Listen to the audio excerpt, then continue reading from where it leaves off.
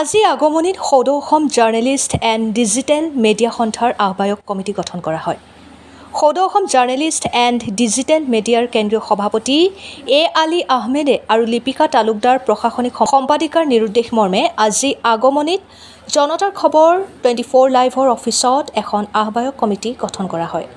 এই আহ্বায়ক কমিটিৰ সভাপতি হৈছে ৰফিক আলী আকন্দ, উপসভাপতি চাইকুল হক, সম্পাদক জাহিদুৰ ইছলাম, সহ সম্পাদক নুৰ মহম্মদ আলী, ধনভৰালী জিয়াৰুল আলম খণ্ডকাৰ আদি কৰি 21জনীয়া কমিটি গঠন কৰা হয়। এই কমিটিৰ তৰফৰ পৰা আগন্তুক পূৰ্ণাংগ কমিটি গঠন কৰাৰ বাবে যাতে সকলোৱে সহায় সহযোগিতা কৰে তাৰে অনুৰোধ জনোৱা হৈছে। আগমনীৰ পৰা বিজু ৰয়ৰ ৰিপৰ্ট, অৰুণোদয় আছাম। সদৌ Assam journalist and digital media সংস্থাৰ কেন্দ্ৰীয় সভাপতি সন্মানীয় এ আলী আহমেদ আৰু লিপিকা বাইদেউৰ নিৰ্দেশ মৰ্মে আজি ধুবুৰী জিলাৰ আগমনীত জনতা খবৰ 24 লাইভৰ যি অফিচত এখন সাধাৰণ সভাৰ আয়োজন কৰা হয়। এইটো হ'ল আহ্বান কমিটি গঠন কৰাৰ বাবে। ইতিমধ্যে আহ্বান কমিটি গঠন হ'ল আৰু এই আহ্বান কমিটিৰ সভাপতি মোক সকলোৱে মোৰ নামটো ঘোষণা কৰিছে। তাৰ কাৰণে সকলো সাংবাদিকক মই অন্তৰৰ পৰা ধন্যবাদ দিলোঁ, যাতে এই যি গুৰুত্ব মোক দিলে সেই গুৰুত্ব মই পালন কৰিব পাৰোঁ, অক্ষৰকৈ পালন কৰিব পাৰোঁ, তাৰ কাৰণে চেষ্টা কৰিম। আৰু সকলোকে মোৰ উপসভাপতি যিবিলাক দায়িত্ব যিবিলাক আছে সকলোৱে ভালভাৱে পালন কৰে, তাৰ কাৰণে মোক সহযোগিতা কৰে, যাতে মই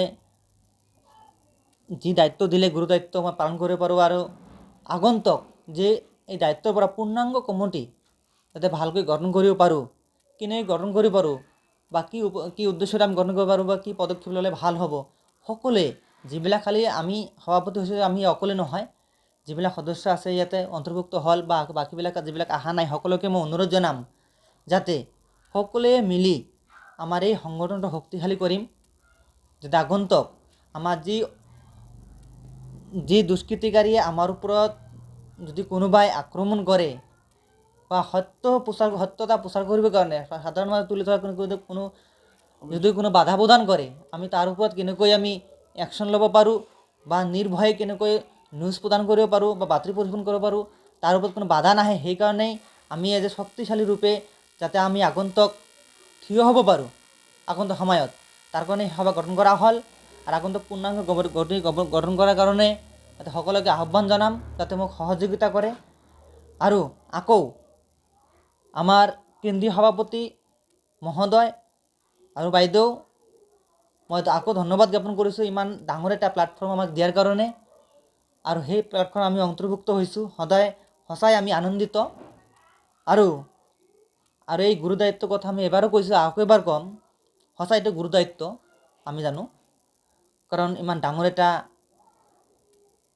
প্লেটফৰ্মত মোক সভাপতি বনাইছে। সঁচাই মই জানো মই এটা ভাগ্যৱান মানুহ, সেইকাৰণে সকলোৱে মোক বনাইছে। কিন্তু পিছত পূৰ্ণাংগ গঠন কৰাৰ পৰা তাৰ আগত যিখিনি দায়িত্ব যাতে পালন কৰিব পাৰোঁ, সকলোৱে মই আশীৰ্বাদ বিচাৰিছোঁ।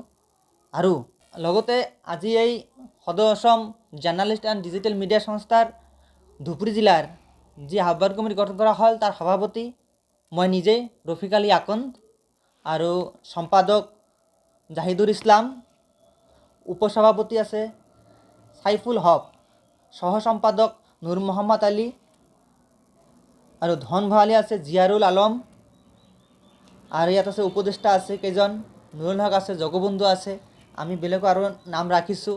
ইয়াৰ সদস্যৰ নাম আছে নৱকুমাৰ ৰায়, মিণ্টু ৰায়, বিজু ৰয়, বিশ্বজিৎ ভকত, ৰাকেশ ৰয়, এনেকুৱা আমি সদস্য ৰাখিছোঁ। আৰু ইয়াৰ পিছত আকৌ আমি কোনে আছে আমি ভৰ্তি কৰামেই, যিবিলাক ইয়াত আজি অহা নাই পিছত আমি ভৰ্তি কৰাম বা এড কৰিম। ইয়াত বহু পদ খালী আছে, ইয়াত আমি পদবিলাকত আমি ল'ম। আকৌ এই প্ৰচেছ যেতিয়ালৈকে পূৰ্ণাংগ কমিটি গঠন নহয় আমি এই প্ৰচেছ আকৌ এবাৰ মোৰ এই কমিটিৰ যিবিলাক সদস্য ইয়াত আছে, সাংবাদিকবিলাক আছে, সকলোকে মই মোৰ অন্তৰৰ পৰা ধন্যবাদ জ্ঞাপন কৰিলোঁ ইয়াত উপস্থিত হোৱাৰ কাৰণে। এইখিনিকৈ মোৰ সম্পূৰ্ণ কৰিলোঁ